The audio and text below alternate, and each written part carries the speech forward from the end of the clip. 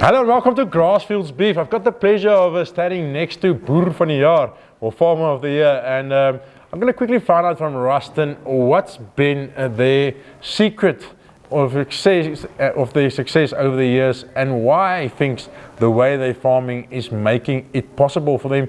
And yeah, just found out a little where he's going with everything. Rustin, how are you doing?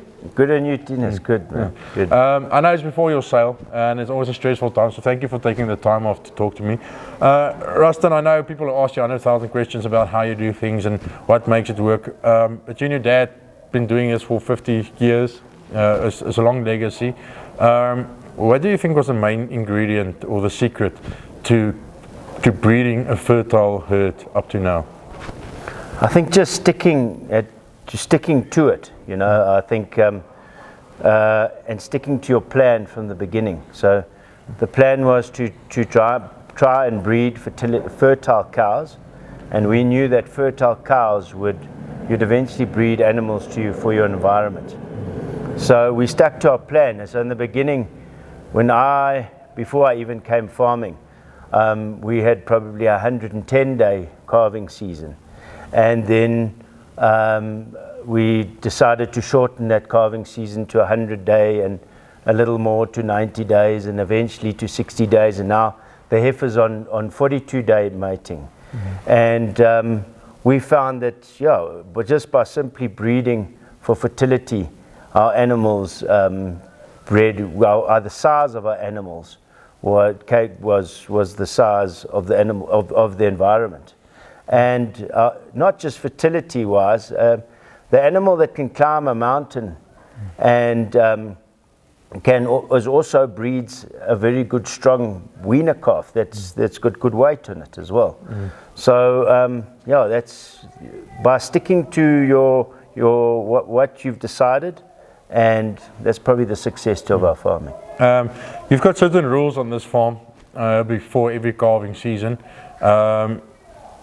Do you decide that rules beforehand and you don't change it for anything? Is that part of the success in saying, because I think it's easy for any farmer to have that sentiment saying, yes, I paid a lot for this cow, or she's an embryo calf, to want to let it go and say, yes, maybe I should just let this one slip through. How important are those rules for you?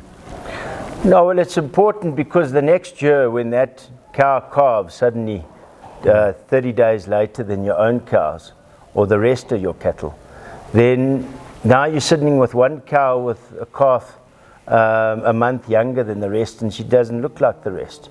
So for uniformity of your animals, the size of your animals, uniformity comes with size as well. So, and she just falls out of sync with all the inoculations and deworming programs and all that type of thing. So it's important to have those animals calving in a short period of time for your management. Yeah, so having these strict rules, having whatever is productive stays on the farm, helps with the management of enormously large stud or commercial herd that you do run here, as well including of the stud. Do you differ your rules for your stud or your commercials, or do all of them on the same table? All on the same table. That's how you breed hardy stud cattle. Is you must treat them like your commercial cows. How can you treat your stud cows differently to your commercial cows? Then eventually your commercial cows will be better than your stud cows. That's very true. So you must actually be strict on your stud cows than you will be on your commercial. So, like for example, now there's a group of 700 heifers, of which there are 150 stud females in the same group. They're being treated the same. They're getting the same lick. Until the day they go to the bull, that's when they get separated to go to specific bulls. So the rule doesn't change overall. Looking at the guys willing to buy tomorrow, if they buy, they don't just buy genetics or progeny of great genetics. They buy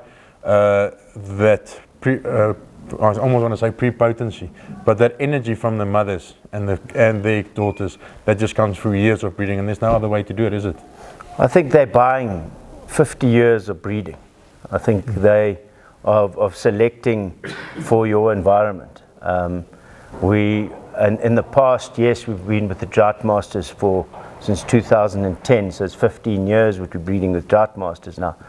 But before that, when we bred with Beefmasters, and even before that, when my dad had a Brahman, Simmental, and Angus stud, they bought the best bulls that they could afford, that they thought were the best bulls, and not specifically the bull because it was the highest price.